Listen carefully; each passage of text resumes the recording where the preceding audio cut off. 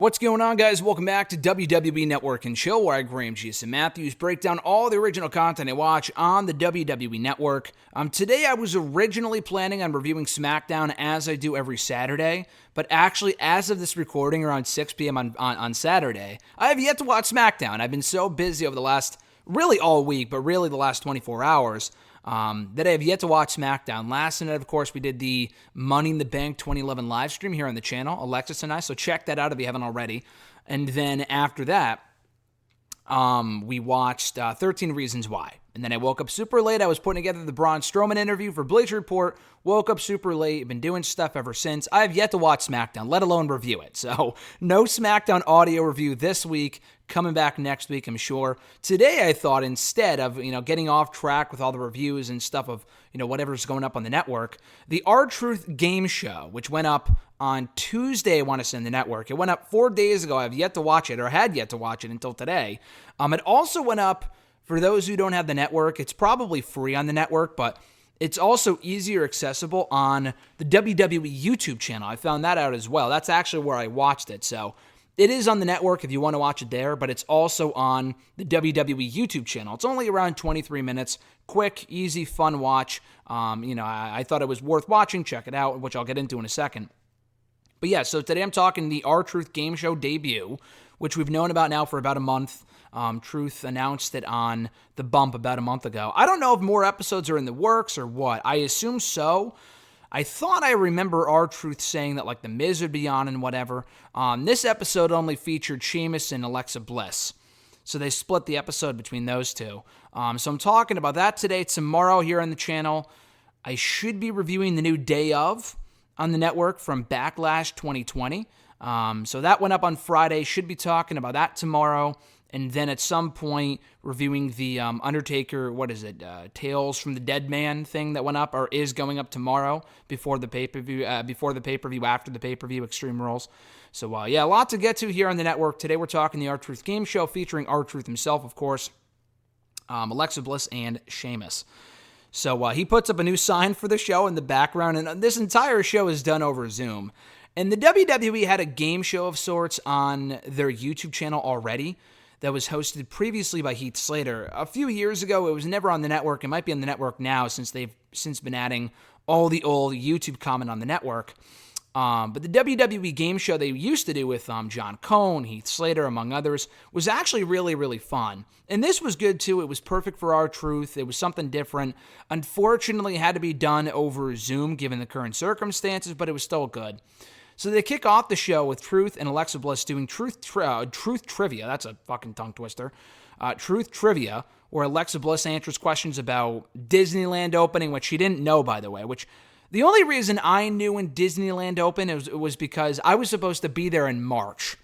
And I had done my research about it, and apparently opened actually either today or yesterday. What would it have been? 65 years ago? 55 years ago? No, I think it would have been 65 years ago. 60, I think, right? Or no? 55. I'm such an idiot.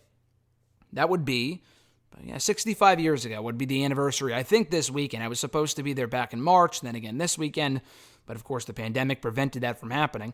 But I knew they answered that question. She did not, despite being a big Disney fan. She then gets asked about her own records, becoming the first woman to hold both the Raw and SmackDown Women's Championships. Bayley being the first one to hold the Raw, SmackDown, and Tag Team titles. Alexa Bliss was actually the second. Bayley was the first, and she's still a bit, what's the right word I'm looking for here? She's still a bit frustrated about that. She holds a grudge over Bayley holding that record first before she did. She gets asked about the Haunted Mansion, Rey Mysterio. They talk about Tiger King. Then they play Before Truth or After Truth, talking about things that either debuted before R-Truth debuted in WWE in late 2000 or after R-Truth. And they talk about SmackDown's premiere, which was before R-Truth. I think that's actually where he debuted, was on SmackDown, funnily enough. She immediately knew the answer to SpongeBob, knowing that debuted, and I know that too, in I think May of 1999. It was right after Alexis actually was born, which is how I knew that. I think I knew that anyway, but she had mentioned that to me recently. R-Truth had debuted after SpongeBob, among other things. They then talk about how she shares a quick story about how her mom did not actually allow her to watch the Attitude Era. Like, her mom would tell her to do chores or whatever, to clean her room, and she would say no. So her mom stopped her from watching wrestling, from watching WWE for a little while, and that was during the Attitude Era. We then get a cameo from her pig, Larry Steve, which was cool. And then they have this great segment that both she and Sheamus play, separately, of course, called, I mean, it's essentially a scavenger hunt. I forgot what they called it.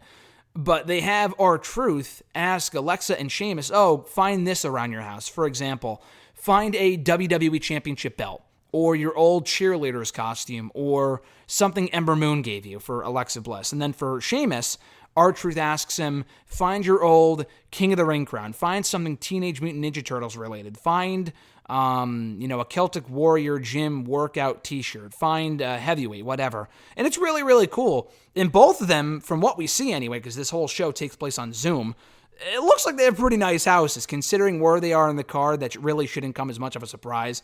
But they have a lot of stuff and really nice houses. This is what I learned from watching this episode. So for Sheamus, he answers questions when it comes to his trivia about the first person to win a Royal Rumble, the 3 people he beat actually to win the King of the Ring tournament back in 2010. And I honestly didn't know the answer to that question, but he did. He beat, who was it? R-Truth himself, actually. He beat Kofi Kingston and John Morrison in the finals. I knew Morrison, but I forgot the rest. R-Truth also asks him about who Lobster Head is, and then Sheamus says himself, playing off his old theme song. He shows off his bar, not the bar with Cesaro, but his own personal home bar, which is actually really cool. I don't know if I knew that. I think I had seen that before, like he had either sent in a message for McIntyre on the bump or something after McIntyre won the championship a couple of months ago. I may remember that, but I don't think I knew that Sheamus had a bar in his house. That's pretty fucking cool. They then play a game called Show Me Your Tats, which is a play on words, obviously, where you have to guess whose tattoo it was. And the people he asks about include AJ Styles, Harley Race. One of them wasn't even a tattoo. One of them was just the tape, the Kinzo tape or whatever it's called that Cesaro wears that R-Truth mistakenly thought was a tattoo, which was funny. They then do the scavenger hunt, as I mentioned earlier. Sheamus gets a lot of the questions right. He shows off his dogs following, which was funny, walking around his house. And then R-Truth, because Sheamus had won the game despite not winning the overall points. Apparently, Alexa Bliss won 63 to Sheamus's 56. He wins R-Truth themed toilet paper, which was great. And then to close out the episode, they show R-Truth rapping over his own theme song with lyrics that he made up about the new game show. So overall, it was a very good episode, a good premiere episode of the R-Truth game show. Like I said, it's available on the WWE YouTube channel and the network itself. Only about 23 minutes in length. Not too long, and the time actually flies by given how fun the nature of the episode is. But yeah, no, it's good stuff. It's called Irish Bliss. Again, you can check it out on the network or the WWE YouTube channel. He said nothing about future episodes. I assume they are doing more at some point. Again, I thought The Miz was on an episode that they teased about a month ago. Maybe not. If it's a one and done, it was fun while it lasted, but if not, hopefully there's more episodes to come in the weeks and months to come as well. So be sure to like the video, drop a comment, share the video, and subscribe to the channel for more content. Coming up tomorrow, breaking down the Backlash 2020 themed edition of WWE The Day Of. Until then, guys, take care. Enjoy the Slammiversary pay-per-view tonight. I'm Graham G.S. Matthews, and I'll catch your ass down the road.